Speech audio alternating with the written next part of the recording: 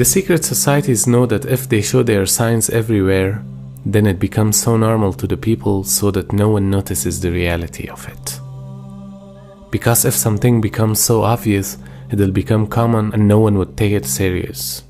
On the other hand, it becomes a kind of advertisement for attracting people towards Satanism and practicing of it, whether in a conscious or a subconscious way. And as a result, today we see masses are using these symbols. Their signs became a trend to the people, and people became customers of their products and follow their way of thinking. We see people participating in their concerts and follow their rituals. And some people even join and get the membership of these so-called secret societies.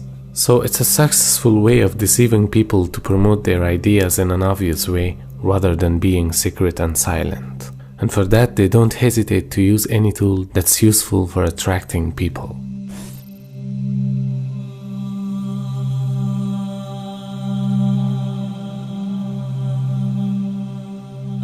Shaitan wants you to commit the sin with accepting the accountability of that sin. It means if you don't know about a sin and you commit that, it would be forgivable, because you didn't know that the action you're going to do is a sin. Now, Shaitan doesn't want that. He wants you to first understand that the action you're going to do is a sin, and then he invites you to do it. And that's how he puts the accountability of that sin on you. And imagine today everywhere we see those signs which are intentionally having satanic names, such as devil's horn or devil's number and so on. And people are doing it while they know it's satanic. Or they participate in some festivals such as Halloween, Carnival or some concerts, and they willingly practice those rituals while they see those satanic things there.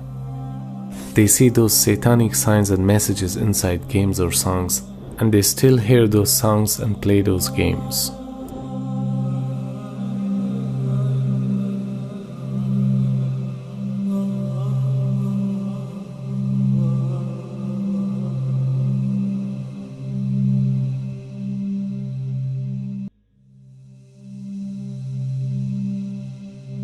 Subhanallah, the day of resurrection, there's no such thing, my father is a prophet or my mother is pious. No. Your deeds would lead you to paradise or to hell. Allah subhanahu wa ta'ala tells us that the shaitan has a khutbah, he gives a khutbah in hell. And he said, Inna Allah wa'adakum wa'ad al-haq. Allah has promised you the promise of truth. Wa wa'adtukum fa'akhlaftukum. And I've promised you, but I've betrayed you. I did not fulfill my promise. And then he said something that I want you to pay attention, my dear respected brothers and sisters. He said, وَمَا كَانَ لِي عَلَيْكُمْ مِنْ سُلْطَانٍ. He said, I have no authority over you. Shaitan says he wants to defend himself. He said, I had no authority over you. إِلَّا أَنْ دَعَوْتُكُمْ فَاسْتَجَبْتُمْ لِي. Except that I've called you and you've responded to me. That's all. Shaitan tells you, go to the casino. Shaitan tells you, surf the internet for something which is haram. Shaitan tells you to deal in usury. Shaitan tells you to brag and boast because you belong to this country or this country. Shaitan tells you it's through your intelligence and because of you're so smart, you're able to obtain all this wealth. Shaitan sneaks up to you. He said, وَمَا كَانَ لِي عَلَيْكُمْ مِنْ سُلْطَانٍ إِلَّا أَنْ دَعَوْتُكُمْ.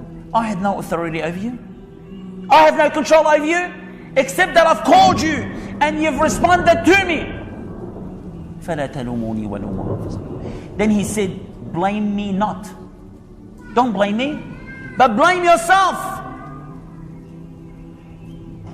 Shaitan wants to defend himself.